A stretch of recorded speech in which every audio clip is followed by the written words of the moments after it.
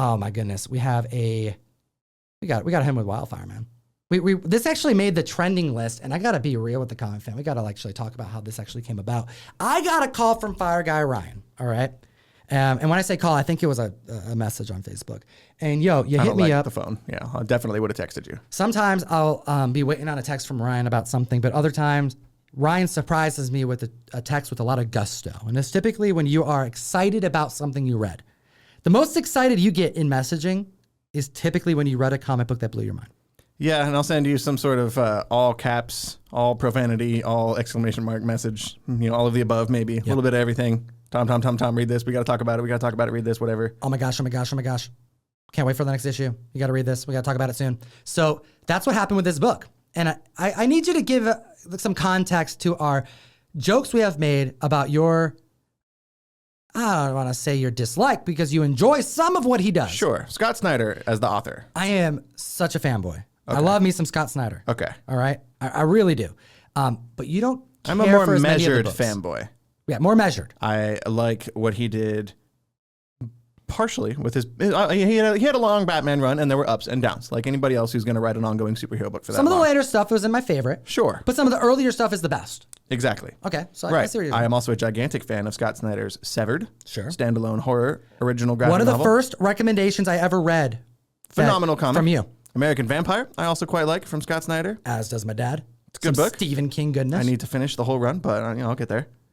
Not the biggest fan of Noctera, which is his biggest book lately. Hey, come on, man. Noctera is so good. And maybe we have We've to just do like another full round of Noctera conversation. I think we do, man. It's really good. It's an option and everything. Yeah. But maybe when we get some news on it or something, I don't know. So I can give or take. And like I've been a little critical of Scott Snyder and Noctera and his book We Have Demons, a Comixology original that came out through Dark Horse. Sure. Wasn't exactly my favorite, but I got all 3 issues. There you go. It's more of the same stuff that I'm noticing, and I'm picking up on some trends that he likes to employ in his writing. And unfortunately, that trend is present in this book as well, but I think the rest of it completely overshadows that for me. Absolutely. It's a great comic. Okay. This is one of my favorite books I've read in a long time. So yeah, we have a brand new title from IDW that's already optioned. The book came out, a week ago? No, it's been about a month. Issue 2 should be out soon. It was about a month. Issue 2 has not dropped announcement so the book came out a month ago, but the announcement of option status, I'm remembering now, there was like 5 different titles. It's a week or 2, yeah. Yeah, that was just a week and a half ago or so. So this book got hit with a adrenaline shot of interest, and for good reason. And you were chatting about this with me. If the announcement happened, the day or 2 the book came out was when I would have talked about it. So like maybe a week and a half prior to any announcements being made about this book, we have. I mean, why don't you hit him with the creative team? Let's do it. We'll just show it to you. Dark Spaces Wildfire, #1 from IDW Publishing. We have a book written by Scott Snyder with art by Hayden Sherman and Rhonda Patterson. And it's damn good, man. This is some good comic books. All right, so we have a group of female firefighters who are all prisoners doing jobs because it's really all there is to do when you're incarcerated the way they are. Some of them are going to be there for a long time. Some of them are probably going to die in prison. So this is their one area of where they can kind of gather and complete a task, kind of give to some of them their life meaning to a degree.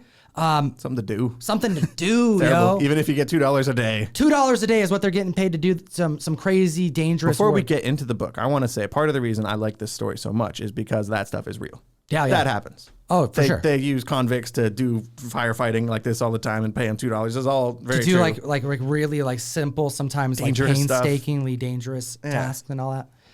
So yeah, $2 a day are what this crew is getting paid. And we have a great setup for something that could absolutely be translated to the screen. So much fun. 5-issue miniseries too. About a heist. I think so. I think that's what it's building up to. We got 1 issue, so basically we have the setup for this story at this point. But yeah, you've got a group of female prisoners being forced to fight a wildfire, and very early on in this comic, you are told by our narrator that they all die, that they all burn to death, and you can see their burnt up bodies right here in the bottom right of this page. First 2 pages, the intro that Snyder's able to accomplish is kind of something we were foreshadowing earlier, where right out the gate, you're hit with, okay, we now know what to expect throughout the entirety of this narrative. It's kind of mystery. Yeah. I really appreciate that. If they hadn't have teased this, I don't know if my my interest would be nearly as high for this story. You definitely have brought up this page to me more than any, actually, before one other page, which we'll get to. There's some, we went a little overboard with pictures on this book because there's too many cool images to show you. And when I say overboard, because I don't want to like totally spoil anything that this creative team has done, some of these pages are already available online, I'd like to point out. And we have a title page and we have a intro page, and a page that Scott Snyder has revealed himself. So really, we're only showing them like 4-ish pages of the book in its entirety. Go get the comic. If you can find it anywhere, go get it. Yeah, that's right. All right, so we have 5 individuals who are in the middle of fighting a forest fire, and they're going to decide to make a trip to a location that one of them happens to know is owned by someone who's very wealthy. It's a mansion. It's a nice house in the forest. You like what I did there? Nice try. Yeah, you tried. I tried. But yeah, they're fighting. It's a little bit of a reach, but someone got that. They're fighting the fire, and one of them is like, yeah, there's a house over here that's got a bunch of nice stuff in it. That's nobody's there. It's all unprotected. And I know how their security system works. It's a little weird that she seems to know so much about the inside of this house. There's crypto that we can harvest. Like there's things to get. Weird crypto fortune in there, which I would let that burn. But so they're gonna go and try and steal all this stuff before they stop the fire. Go burn all this and go. I guess in their mind, we're gonna go steal everything. And by the time we leave, it'll all the evidence will be burned away. It'd be kind of like a perfect crime if you think about it. Absolutely. Fire Guy Ryan talking about fires in comic books. We have a full shot 2-page spread that when I got to this point, I know it's not identical, but aren't you getting just a little bit of Jeff Darrow vibes to this? Okay, just a little bit. The detail when you really zoom in. There's so much to look at, all the small little accent lines all and that everything. Purple, yeah. Yeah. It's also has the this shadows texture on their faces and the green. Yeah, there's a lot of small detail texture that's not entirely necessary. It makes me kind of embrace the dirty work that they're doing. You know what I mean? It's like you're in smoke. You guys ever been around a fire? That stuff gets on your clothes. It kind of makes your skin. You can smell it. It's smudgy. You start getting smudgy. Imagine what this job must be like to be in the heart of it, trying to stop it. And I think the art really plays into that. The book gets into that too, actually, the health ramifications that being in all this wildfire smoke can have on somebody over time. Very true. Here we go. Also wanted to point out some of it's not a whole lot of action. The artwork here. But the panel placement, it's creative. And I really like this bottle coming out at you. We have someone who's drinking water, passing a bottle to another person. And from one panel to the other, the bottle actually leaps off the page throughout the panel, kind of goes into the panel next to it. Crosses the borders. Yeah, it's like pops out of the image almost. And then into the next image, into the hands of the person she's passing it to. Could have been very easy to just draw a side view of one person tossing a bottle to another person. But this is like a weird perspective thing that plays with borders and panels, and it gets just having fun with a really tiny detail. And it doesn't stop there with the attention to detail with panel placements and how it could, really make the reader go from one page to the other in a non-traditional way. And we're going to see that beautifully done here in a couple of pages here. But take a look at this next one here, which kind of shows you the variety in which the artist will push the narrative forward through non-traditional means. Really close shots of the character, what they're viewing, shots of their face in 5 vertical panels. Yeah, Hayden Sherman kind of just went bananas in this with this layout is weird. You don't see this all the time. Like 5 really thin, the whole page of vertical panels telling the briefest amount of info about these characters. We don't really have we don't know. They intentionally don't tell you why they're locked up. We don't get a whole lot of info on their backgrounds or like why they are. They're very intentionally focused on, we're here to do the job. Let's put out this fire. Let's protect people. Let's form a bond. They don't really need to know too much about. We don't need to know as readers, I guess, because I think they know what they each did. But I think the reason why we have this 5 vertical panel page is because it's building you up for something else that's even wilder. This takes place, and then you get hit with such a creative decision. These are all vertical panels. So it's like he gives you a taste of 5 vertical panels to make you view the like environment, appetizer. Right? Gives you a little taste, and then he hits you with this. You turn the page, you get this double-page spread. Explain this. To our audio listeners on SoundCloud, Spotify, Stitcher, and iTunes. Yeah. Double page spread. You guys might want to pull up the YouTube video for this one if you're listening to this. We have a 2-page spread here, which is just a visual representation of the monotony and repetitive nature of this character's life before prison. Her going to work, coming home, cooking food, going to bed every day, over and over and over.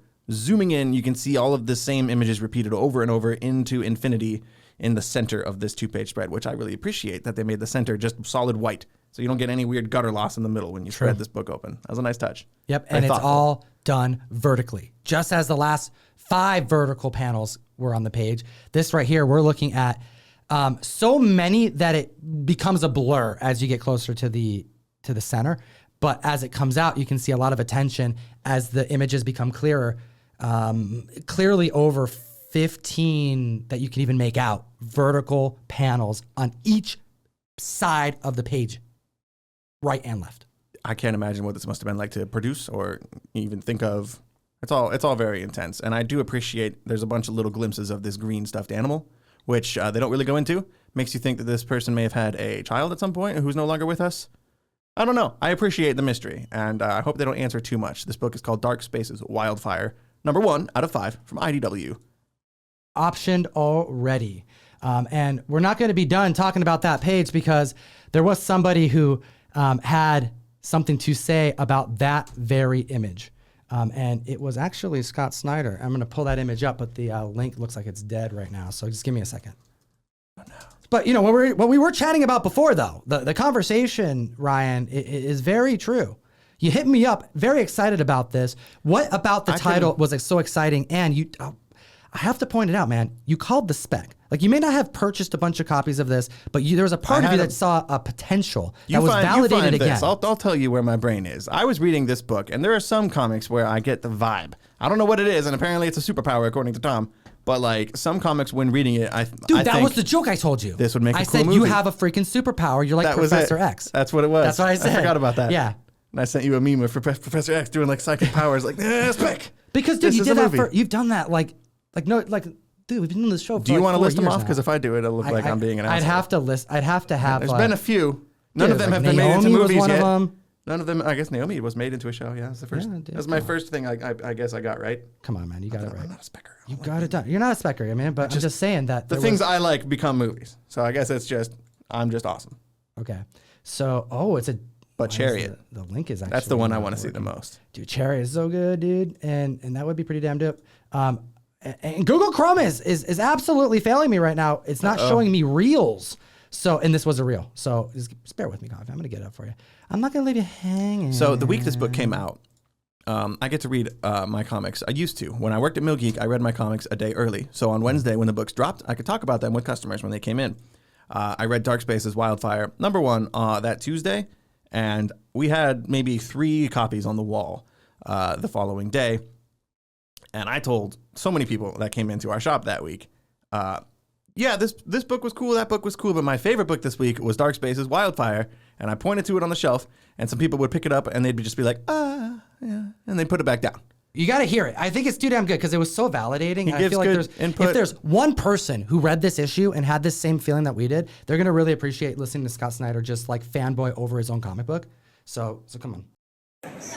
Looking at Dark Spaces Wildfire 1, it's very hard to pick like a favorite page or panel because I'm so proud of the book. But I think the page that exemplifies what I love about doing this is this. Like, essentially, it's a double-page spread where the main character, Ma, who's a correctional officer at a prison and works with women who are out on a forest fire line protecting wealthy homes even though they're incarcerated and make $2 a day, is thinking about the way in which if they stop believing in each other and believing in the rules of sort of what can happen on the mountain, about thinking once you get to the mountain and you're on the line, your past disappears. Once you're part of that fire line, you trust each other, and anything you did doesn't matter anymore. You begin again on the line is her thing.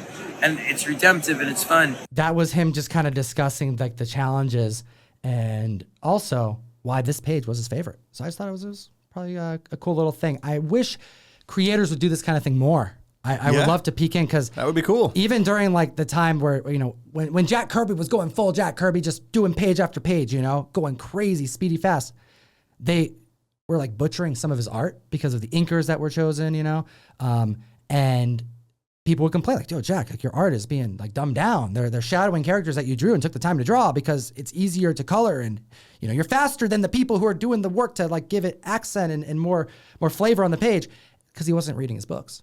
He was too busy just doing the next thing. And in his head, this is the best it could be, and that's it. Moving on.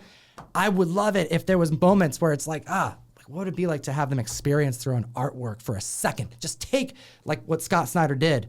You know, imagine if we had Kirby reflecting off of his work like that. I couldn't even imagine. I didn't know that about him. That sucks. Yeah, man, it's an interesting history. You just like basically invent an entire, you know, genre, and you don't even get to really experience any of it. Book has hit $20. Let off the gas, comic fan, unless you're really gunning for some Jack Kirby goodness. $75 cover price on this. Don't overbid. But if somebody wants it, we got it.